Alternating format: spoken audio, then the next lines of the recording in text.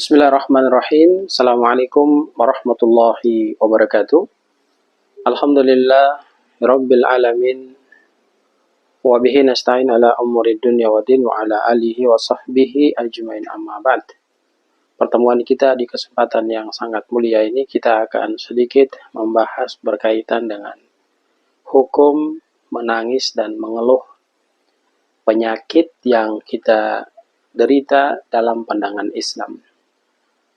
Hadirin ayah, bunda, tuan, puan, abang, kakak, orang baik dimanapun Anda berada, ketahuilah oleh diri kita semua bahwa sesungguhnya ujian yang menimpa seorang mukmin termasuk sakit dan bentuk ujian-ujian yang lainnya adalah bentuk kasih sayang dan penghapusan dosa yang Allah siapkan untuk hamba tersebut.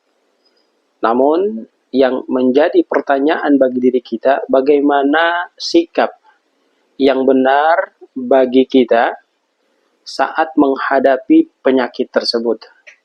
Bolehkah kita menceritakan kesakitan kita yang kita rasakan pada orang lain?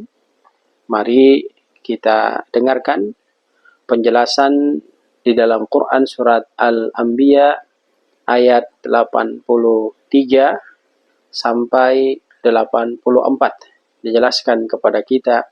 Dan ingatlah kisah Nabi Ayub alaihi salam ketika dia berdoa kepada Allah Subhanahu wa taala, sesungguhnya aku telah ditimpa penyakit dan engkau wahai Allah adalah zat yang maha penyayang di antara semua penyayang, maka kabulkan doa hambamu ini. Dari doa di atas memiliki pembelajaran yang penting pada diri kita berkaitan dengan Nabi Ayub alaihi salam itu tidak mengeluh kepada sesama manusia. Tetapi Nabi Ayub alaihi salam itu fokus berdoa hanya kepada Allah.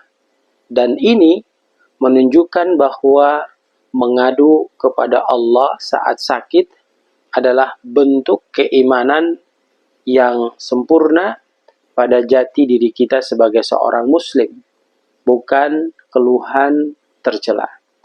Dalam hadis diriwayatkan oleh Imam Bukhari dan Imam Muslim dari Abdullah bin Mas'ud radhiyallahu anhu, dia menyampaikan bahwa Nabi Shallallahu Alaihi Wasallam bersabda, tidaklah seorang muslim tertimpa gangguan, baik itu dia mengalami kesakitan, dia mengalami keletihan, dia mengalami kesedihan, bahkan duri yang menusuk pada dirinya.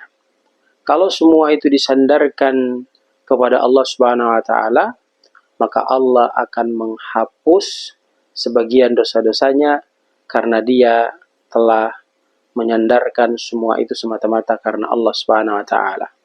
Dan dalam hadis riwayat Bukhari, tepatnya pada nomor hadis 1303, dijelaskan kepada kita ketika anak Rasul Shallallahu Alaihi Wasallam sakit keras, maka Nabi Shallallahu Alaihi Wasallam itu menangis. Sa'ad bin Ubadah bertanya, ya Rasulullah, mengapa engkau menangis? Maka Rasul Shallallahu Alaihi Wasallam menjawab, ini adalah merupakan rahmat Allah yang diletakkan di hati hambanya. Siapa yang tidak memiliki belas kasih, Allah tidak akan merahmatinya. Maknanya apa jamaah yang sama dirahmati dan dimuliakan Allah? Menangis karena sedih adalah hal yang sifatnya manusiawi dan tidak dilarang secara syariat. Yang penting tangisan itu jangan berlebih-lebihan. Selama tidak disertai keluh kesah kepada manusia atau penolakan terhadap takdir yang Allah tetapkan terhadap hambanya yang mengalami sakit tersebut.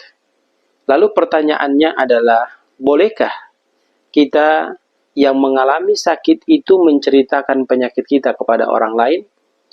Maka Islam dengan tegas membolehkan seseorang menyebutkan keadaannya kepada orang lain dengan niat agar orang itu mendoakan dirinya bahkan mungkin bisa menasehati dirinya, bahkan mungkin bisa juga mencari alternatif pengobatan yang dapat membantu penyembuhan pada sakit yang ia alami.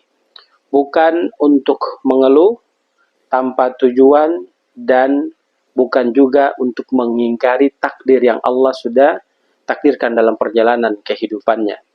Nabi besar Muhammad sallallahu alaihi wasallam menyampaikan kondisi fisiknya saat beliau sakit.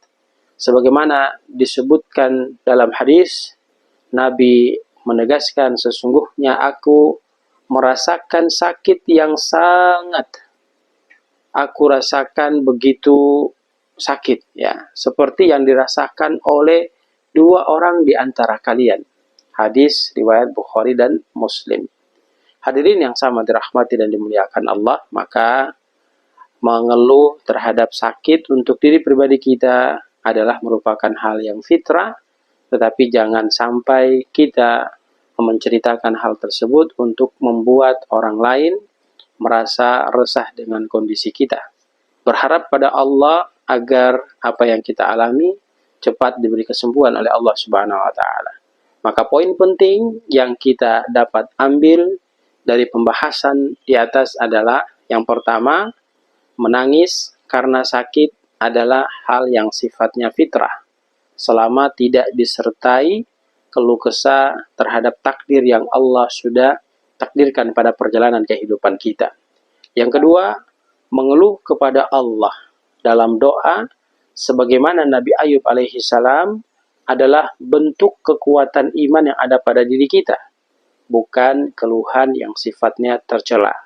Yang ketiga, mengadu kepada manusia dibolehkan jika bertujuan mencari pertolongan, pengobatan, dan dukungan doa agar yang bersangkutan cepat tersembuhkan dari sakit yang dialami.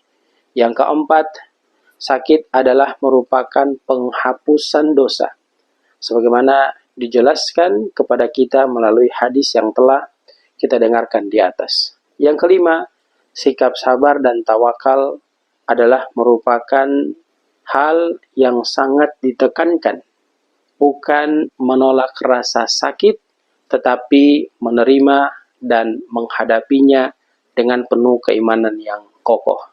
Yang keenam, Rasul Shallallahu Alaihi Wasallam sendiri pun menangis saat menghadapi ujian sakit atau kehilangan, menunjukkan bahwa sifat kasih sayang bukan bentuk dari kelemahan jati diri pribadi kita sebagai seorang Muslim. Intinya, tangisan yang kita lakukan atau yang kita dapati pada diri pribadi kita terkait dengan sakit dan musibah tidak terlalu berlebihan. Dan yang terakhir, yang ketujuh, menghindari sikap berlebihan dalam mengeluh ketika kita mengalami sakit atau menyebarluaskan kesedihan terhadap sakit yang kita alami kepada orang lain, agar tidak menjadi penyebab lemahnya jiwa dan keimanan kita. Maka mari kita hadapi setiap ujian yang datang dalam perjalanan kehidupan kita, yang dimana kita harus kuat, termasuk penyakit dan hal-hal lainnya, dengan kondisi sabar, disertai dengan doa, serta tawakal kepada Allah Subhanahu wa Ta'ala. Tidak bermasalah ketika kita merasa sedih dengan sakit yang kita rasakan, kemudian kita menangis. Asalkan tetap percaya kepada rahmat Allah, maka kita harus selalu senantiasa jadikan sakit kita sebagai momentum mendekatkan diri kita kepada Allah Subhanahu wa Ta'ala, bukan menjauhkan diri kita dari ridha dan rahmat Allah Subhanahu wa Ta'ala. Semoga nasihat ini memberikan manfaat kepada kita semua. Jangan lupa share sebanyak-banyaknya agar yang lain menerima manfaat dari apa yang kita sudah dengarkan. Barakallahu fikum. Assalamualaikum warahmatullahi wabarakatuh.